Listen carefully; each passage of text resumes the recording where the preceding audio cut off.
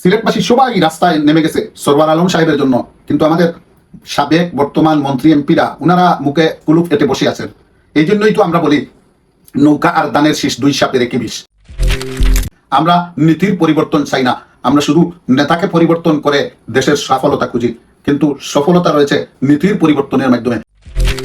আরে একটা বছর 6 মাস এই ডিসি সিলেট জেলার প্রশাসক হিসেবে থাকলে দেশের কি ক্ষতি হয়ে যেত।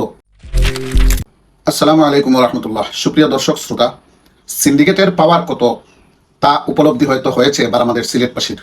শুধু সিলেটবাসীর নয়, পুরো বাংলাদেশকেই এ বিষয়টা উপলব্ধি করতে হবে যে সিন্ডিকেটের পাওয়ার কতটা।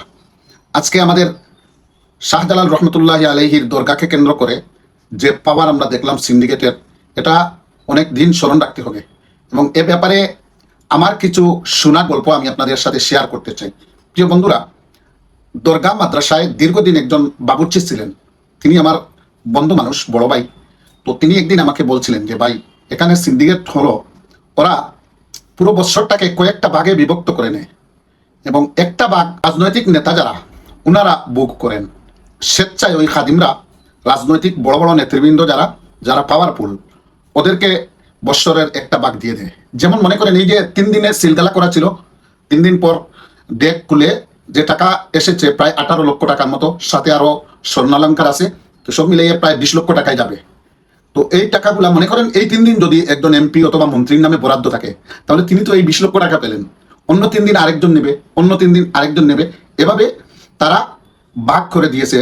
আর বৎসরের বড় একটি অংশ এই খাদিমরা বুক করে। পাশাপাশি এই যে মাজার ভিত্তিক, মাজার কেন্দ্র করে যে খানকাগুলো আছে, যারা মাজারকে কেন্দ্র করে মানে মানুষকে উৎসাহিত করে মাজারে আসার জন্য, মাজার পূজা, মাজারে জিয়ারত, এই সমস্ত বলে ওয়াজ নসিহত করে, এই যে খানকাগুলো আছে, এই খানকারও একটা অংশ এখান থেকে যায়।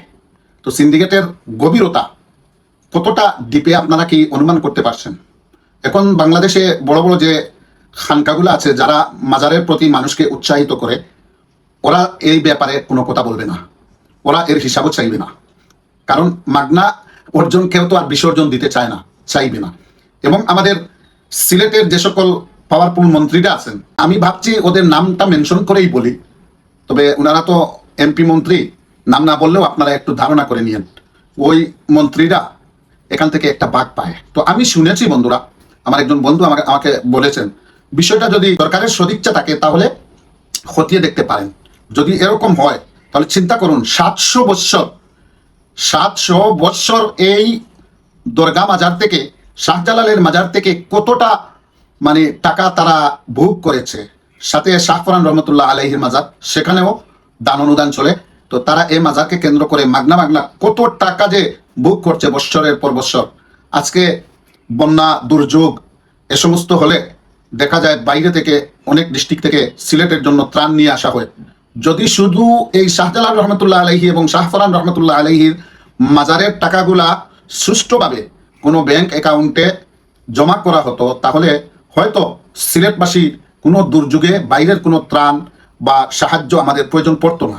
যদি এটা ওরা মানে সরকার এই দিকে দৃষ্টি দেয়, তবে আমরা বিশাল একটা অঙ্ক বৎসরে অ্যাকাউন্টে জমা রাখতে পারবো। কারণ শাহজালাল রহমতুল্লাহ আলাইহি তিনি চলে গেছেন, তার মিশন ছিল মানুষকে শিরিক বিদআত মুক্ত করে আল্লাহর রাস্তায় পরিচালিত করা। তিনি তার কাজে সাকসেস হয়ে গিয়েছেন, তিনি দুনিয়া থেকে চলে গেছেন। তাকে কেন্দ্র করে তার ভক্ত পরিচয় দিয়ে যারা এই সিস্টেমে মানুষের আবেগকে পুঁজি করে যুগ যুগ ধরে তাদের পেট বুঝাই করে যাচ্ছে, তাদের কাছে যদি সিলেটের সত্য সন্ধানী মানুষরা আমরা পরাজিত হই, তাহলে এটা সত্যি আমাদের জন্য খুবই দুর্ভাগ্যজনক। আর পরাজিত হয়তো হয়েই যাব। এই যে ডিসি সরওয়ার আলম সাহেবকে 24 ঘন্টার নোটিশে তাকে সরিয়ে দেওয়া হলো, সেটা খুবই দুঃখজনক। সিলেটবাসী মানুষের আবেগ বিশ্বাসকে কোনো মূল্যায়ন করা হয়নি। আমরা চিল্লাচ্ছি যে আচ্ছা, আরে একটা বছর 6 মাস এই ডিসি সিলেট জেলার প্রশাসক হিসেবে থাকলে দেশের কি ক্ষতি হয়ে যেত। দেশ কি মনে করে, সরকার কি মনে করে ওনাকে সরিয়ে দিল? সেটা হলো সিন্ডিকেটের চাপ। আজকে এত সিলেটবাসী সবাই রাস্তায় নেমে গেছে সরওয়ার আলম সাহেবের জন্য, কিন্তু আমাদের সাবেক বর্তমান মন্ত্রী এমপিরা ওনারা মুখে কুলুপ এঁটে বসে আছেন। এই জন্যই তো আমরা বলি নৌকা আর দানের শীষ দুই সাপের একই বিষ। দেশটা লুটে খাওয়ার হাতটা বদলে, কিন্তু ধরন বদলে না, হাত বদলে। আওয়ামী লীগ খেয়েছে, এখন ওরা নাই, বিএনপি খাচ্ছে, আরো কিছুদিন পর হয়তো আমরা আমাদের কপালে আরো খারাপই থাকলে আমরা আবার আওয়ামী লীগকে খুঁজে এনে বসিয়ে বলবো তোমরা খাও। এটা হলো আমাদের দেশের মানুষের স্বভাবে পরিণত হয়ে গিয়েছে। আমরা নীতির পরিবর্তন চাই না, আমরা শুধু নেতাকে পরিবর্তন করে দেশের সফলতা খুঁজি, কিন্তু সফলতা রয়েছে নীতির পরিবর্তনের মাধ্যমে। নীতি যতদিন পর্যন্ত এদেশের পরিবর্তন হবে না, ততদিন পর্যন্ত এদেশের মানুষের ভাগ্যের কোনো পরিবর্তন হবে না। সেটা কোরআনে কারীমের মধ্যে আল্লাহ তাআলা বলে দিয়েছেন। তো প্রিয় বন্ধুরা, আমি আপনাদের সাথে এই সামান্য কথাগুলো শেয়ার করলাম। আপনারা শুনবেন, অপর ভাইয়ে শোনার জন্য শেয়ার করে দিবেন। ফেসবুকে থেকে যারা শুনবেন আর ইউটিউব থেকে যারা শুনবেন, তারা আমার চ্যানেলটাকে সাবস্ক্রাইব করে দাওয়াতি কাজে সহযোগিতা করবেন, সেই প্রত্যাশা করে আজকে বিদায় নিচ্ছি।